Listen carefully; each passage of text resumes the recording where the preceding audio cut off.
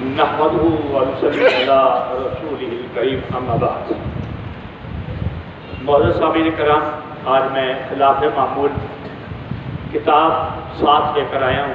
اس کی وجہ انشاءاللہ آپ کو جب درس ہوگا اس میں سمجھ آ جائے گی۔ کل کے درس میں نمازوں کے افکار کے بارے میں ایک حدیث بیان ہوئی تھی۔ اب ایک اور حدیث جو ہے وہ نمازوں کے افکار کے بارے میں بیان ہوتی ہے، اور اس کے بعد جو پھر ہے نا اس کے اوپر کچھ تھوڑی سی وضاحت ہوگی، اور یہ انتہائی ضروری ہے اور مسلک جو فرد والوں کے لیے اور باقی مسلک والوں کے لیے بھی سمجھنا اس کا انتہائی ضروری ہے۔ حضرت بریدہ رضی اللہ تعالی عنہ سے یہ روایت ہے، اور یہ روایت ہے مسلم شریف کے اندر، جو حدیث کی کتابوں میں سے دوسرے نمبر پر کتاب ہے، کہ ایک آدمی نے رسول اللہ صلی اللہ علیہ وآلہ وسلم سے نمازوں کے افکار کے متعلق دریافت کیا۔ تو آپ صلی اللہ علیہ وسلم نے اس آدمی سے کہا کہ آج اور کل تم ہمارے ساتھ نماز پڑھو، آج اور کل تم ہمارے ساتھ نماز پڑھو۔ ہمارا عمل دیکھو یہ نہیں۔ پھر جس وقت سورج ڈل گیا، جس طرح کل میں نے بتایا تھا کہ دوپہر کا وقت زوال کا، مغرب کی طرف جیسے سورج ڈلا تو آپ نے حضرت بلال کو کہا کہ اذان کو پڑھو۔ اذان کی اقامت ہوئی اور سورج کے ڈلنے کے ساتھ ہی نماز ادا کی گئی۔ پھر جس وقت سورج ابھی کافی روشن تھا تو آپ صلی اللہ علیہ وسلم نے حضرت بلال سے کہا اذان کہو۔ اذان ہوئی، اقامت ہوئی، اور پھر عصر کی نماز ادا کی گئی۔ پھر جیسے ہی سورج غروب ہوا تو نبی کریم صلی اللہ علیہ وسلم نے حضرت بلال سے کہا کہ اذان کہو۔ اذان ہوئی، اقامت ہوئی، اور آپ نے سورج کے غروب ہونے کے فوراً بعد مغرب کی نماز پڑھی۔ اس کے بعد جب شفق غائب ہو گیا، جس کے متعلق کل بات گزر چکی ہے کہ وہ جو سرخی ہے جو 1 گھنٹہ تک باقی رہتی ہے، جب وہ مکمل ختم ہو جائے تو آپ نے حضرت بلال سے کہا کہ اذان دو۔ انہوں نے اذان دی اور اس کے بعد نماز پڑھی عشاء۔ پھر جس وقت صبح صادق ہوئی تو صبح صادق ہوتے ہی آپ سے سرور حضرت بلال سے کہا اذان تو ہو۔ اذان دی، اقامت ہوئی اور نماز پڑھی۔ یہ ہو گئی زور سے لے کے اگلے دن فجر تک 5 نمازیں پوری۔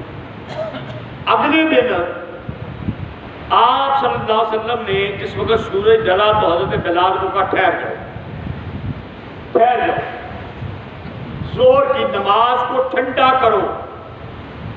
حدیث کا لفظ ہے، حدیث میرے سامنے موجود ہے۔ ٹھہر جاؤ، ابھی نماز کے لیے اذان نہ دو۔ ٹھیک ہے، تو آپ کے حکم کے مطابق حضرت بلال نے خوب اچھی طرح ٹھنڈا وقت کر دیا اور پھر زور کی نماز پڑھی گئی، اور عصر کی نماز بھی پہلی نماز سے لیٹ پڑھی گئی۔ سورج اگرچہ روشن تھا لیکن جس طرح پہلے دن روشن تھا نا اس طرح نہیں، اس سے کافی کم وقت گزر چکا تھا، یعنی مغرب سے وقت کم رہ گیا تھا۔ حدیث کا مفہوم بیان کر رہا ہوں۔ اور مغرب کی نماز آپ صلی اللہ علیہ وسلم نے پہلے دن شفق یعنی سورج غروب ہوتے ساتھ ہی پڑھی، اگلے دن شفق کے غائب ہونے سے تھوڑی دیر پہلے پڑھی، اور عشاء کی نماز آپ صلی اللہ علیہ وسلم نے رات کا 2/3 حصہ گزرنے کے بعد پڑھی، اور فجر کی نماز آپ صلی اللہ علیہ وسلم نے اس وقت پڑھی جس وقت ہر چیز روشن ہو چکی تھی۔ سورج تو نہیں نکلا تھا لیکن مکان، دیواریں، درخت، ہر چیز واضح نظر آ رہی تھی۔ اب یہ جو حدیث ہے، اس حدیث کے اندر 2 دنوں کے عمل کے اندر بڑا فرق ہے۔ پہلے دن ہر نماز جلدی پڑھی گئی ہے اور دوسرے دن ہر نماز لیٹ پڑھی گئی ہے۔ اب اس حدیث کے ساتھ آئیے، ہمارے بھائی وہ یہ کہتے ہیں کہ نماز جو ہے یہ ساری زور اور عصر کی نمازیں جو ہے بڑی جلدی پڑھنی چاہیے۔ ایک اور روایت ہے نسائی سے حضرت انس رضی اللہ تعالیٰ عنہ سے روایت ہے کہ رسول اللہ صلی اللہ علیہ وسلم کا معمول تھا، بات کو سمجھنا، کہ جب گرمی ہوتی تو دیر کر کے ٹھنڈے وقت نماز پڑھتے، اور جب سردی کا موسم ہوتا تو جلدی پڑھ دیتے۔ یہ نسائی کے اندر حدیث ہے اور یہ بھی سیاہ ستہ کی کتاب ہے۔ اب اگلی بات پہ آ گئی ہے، ہمارے دوست، ہمارے بھائی، میں کسی پہ تنقید نہیں کر رہا، بالکل تنقید کرنا کوئی مقصد نہیں، مسئلہ سمجھانا مقصد ہے۔ وہ بخاری کو بہت اہمیت دیتے ہیں۔ آئیے اب بخاری کی روایت سن لیجیے۔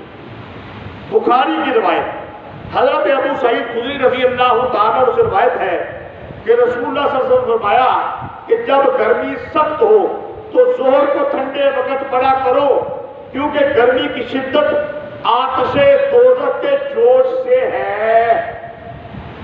اب ان دو روایات کے اندر پیارے پیغمبر نے ظہر کی نماز کو گرمیوں میں لیٹ پڑھنے کا حکم دیا، اور بخاری کی روایت کے اندر لفظ بڑے سخت ہیں۔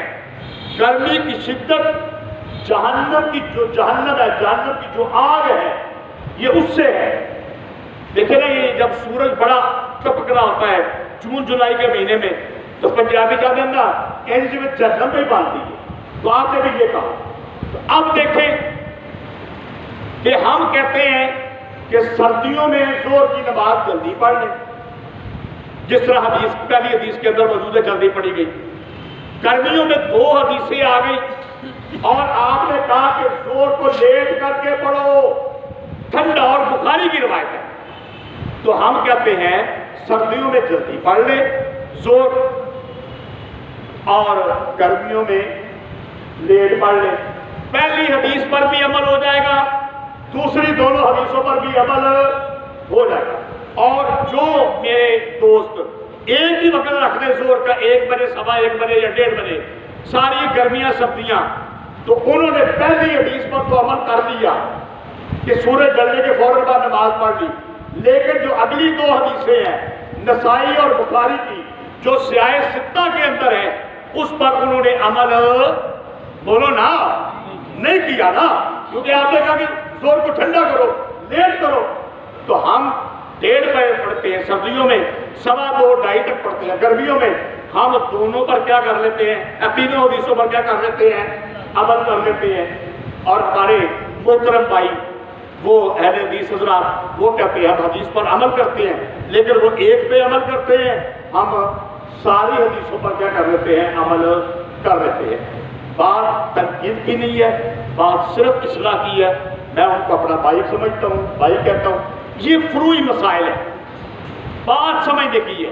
یہ مولویوں نے نا عوام کو ڈرا دیا ہوا ہے۔ نماز اگر آپ گرمیوں میں بھی پہلے پڑھ لیں ہو جائے گی، میں کہتا ہوں، یہ نہیں کہ 1:30 بجے نہیں ہوگی۔ نماز گرمیوں میں بھی 1 اور 1:15 پڑھ لیں، نماز ہو جائے گی، لیکن دوسری حدیث پر عمل نہیں ہوگا۔ لیٹ کر کے پڑھ لیں، دوسری پر بھی عمل ہو جائے گا۔ تو یہ فروعی مسئلہ ہے۔ اگر اول وقت میں پڑھ لیں تب بھی ہو جائے گی، آخر وقت میں پڑھ لیں تب بھی، سارے بولو، ہو جائے گی نا۔ تو یہ کہہ دینا کہ نہیں جی نہیں، اسی وقت نماز پڑھیں تو ہوگی، بعد میں نہیں ہوگی، یا ہم کہیں نہیں بعد میں پڑھو تو ہوگی، پہلے نہیں ہوگی، یہ فتنہ ہے۔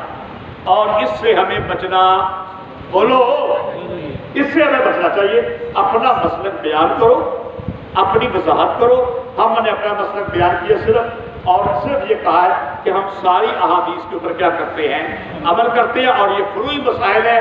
اس سے نماز کے اندر کوئی فرق نہیں آتا، سب کی نماز ہو جاتی ہے، اہل حدیث حضرات کی بھی ہو جاتی ہے، دیوبندی حضرات کی بھی بولو ہو جاتی ہے۔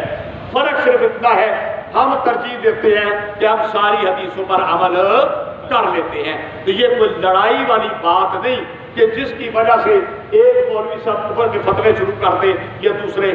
اس بات کا اسلام اجازت بولو نہیں دیتا۔ ان چھوٹے مسائل میں پڑھ کے ہمیں لڑنا نہیں چاہیے۔